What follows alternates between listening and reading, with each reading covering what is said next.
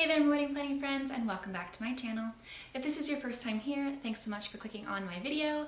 I'm Emily Summer. I'm a wedding planner based in Montana, and I make weekly videos on wedding planning tips and advice. I'm sure this comes as no surprise to anybody, but I am a huge checklist gal, and when it comes to planning your wedding, checklists to me are one of the most important things that are going to make your wedding planning process smooth and easy and organized. So today I wanted to talk about what I think are the 5 most important checklists you should have when planning your wedding.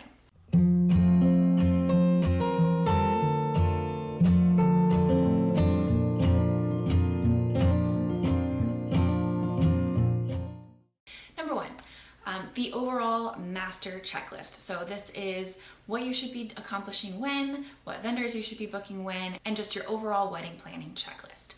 So all of my clients that are full service or design, anything basically above day of coordinating, will receive a custom checklist that I make for all of my clients. However, if you are not having a wedding planner, or if your wedding planner doesn't provide that, or if you're just hiring a day of coordinator, there's a lot of online resources that do provide various wedding planning checklists that you can find. You can find super easy ones just right on Pinterest, and you can also use online resources like The Knot or Zola that have their own versions of wedding planning checklists to kind of guide you along the wedding planning process.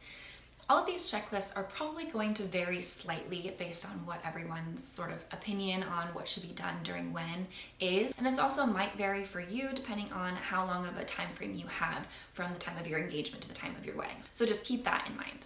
Another checklist that is super nice to have is your wedding week checklist. So this is making sure that you have all those last minute final details organized, you have all of your packing lists, you know what rentals are coming and from where, you have all of those small things that you need to make sure that you pack on your day, or maybe your overnight bag, things like your cake knife and spatula, and all of those small little details and everything that you should be finalizing the week leading up to your wedding. And I actually did a video all about this, so if you want to check that out, I'll link that above, and there's also a link to get your very own wedding week checklist to make sure that you aren't forgetting any of those small last minute details. The third checklist that comes in super handy is an emergency kit checklist. So if you're unfamiliar with the term emergency kit, basically this is everything you should have with you on your wedding day, things like ibuprofen or toothpaste, or like a Tide to Go pen, Clorox wipes, makeup remover, extra makeup, any of those little things that you are going to need on your wedding day is technically included in your emergency kit. Again, I also did a video all about emergency kits and everything that I have in my emergency kit. So if you want to take a look at that, I kind of break down what I recommend all of my clients to have at their wedding day for their emergency kit, and then also what I bring as a wedding planner. So again, if you have a wedding planner or wedding coordinator, likely they will have their own emergency kit for you to use on your wedding day. However, if you are not having one, then definitely check that video out and see everything that you should have and be prepared with on your wedding day. Number 4, this is one that I find extremely important. Again, if you're having a wedding planner or not, have a rental and decor checklist. So this is going to be every single item that you are bringing, either that you have created yourself, that you DIY'd, either that you are renting from a rental company, or that you purchased from Etsy or somewhere that's going to be coming with you and leaving with you at the end of the wedding. This way you know exactly what's coming from rental companies, list out all those items, list out what their purpose is, where it's getting set up, what it's for, and also where it comes from and where it needs to go at the end of the night. This way you won't forget anything that you need to bring out to the wedding, but you also won't forget anything that needs to leave the wedding site at the end of the night.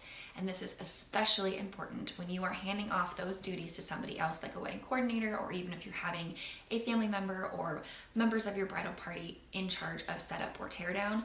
You know exactly which items need to get returned to vendors at the end of the day and which items are getting sent home with you. So make sure you have a detailed list of all those rental and decor items and where they're coming from, as well as where they're going and what the plan is for the end of the night. I promise you it's going to make the day of your wedding so much more smooth and efficient, and you won't be worrying about forgetting anything or making sure that everything is packed the way that it should be at the end of the night. And then you don't have to physically worry about it. You can just enjoy your wedding night. And finally, having some sort of checklist or payment schedule for all of your vendors is extremely important. So perhaps this will be in more of a form of a spreadsheet if that works better for you, but listing out all of your vendors, what you have paid, when the balance is due, and whether you're going to tip them or not. This is very important to help with your overall budget, and also just to make sure that you're tracking the vendors that you have paid, when you paid them, if you paid a deposit, and the balance that is due, as many vendors have varying due dates for their balances. Some vendors will require you to pay the remaining balance 6 months before your wedding date, and some don't require it until the day of your wedding. So make sure that you have some sort of organizational form for all of these payments so that you aren't missing any, you're not getting late on any, and that you don't forget any on the wedding day, as well as all those prepared tips. Again, I have another video all about tipping vendors if you're unsure of who you're supposed to be tipping on your wedding day.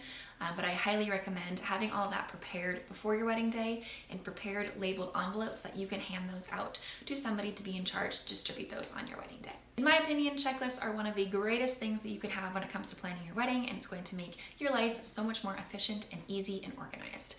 Hopefully you found this video helpful. If you did, please like and subscribe to get weekly videos on wedding planning tips and advice, and we'll see you next week.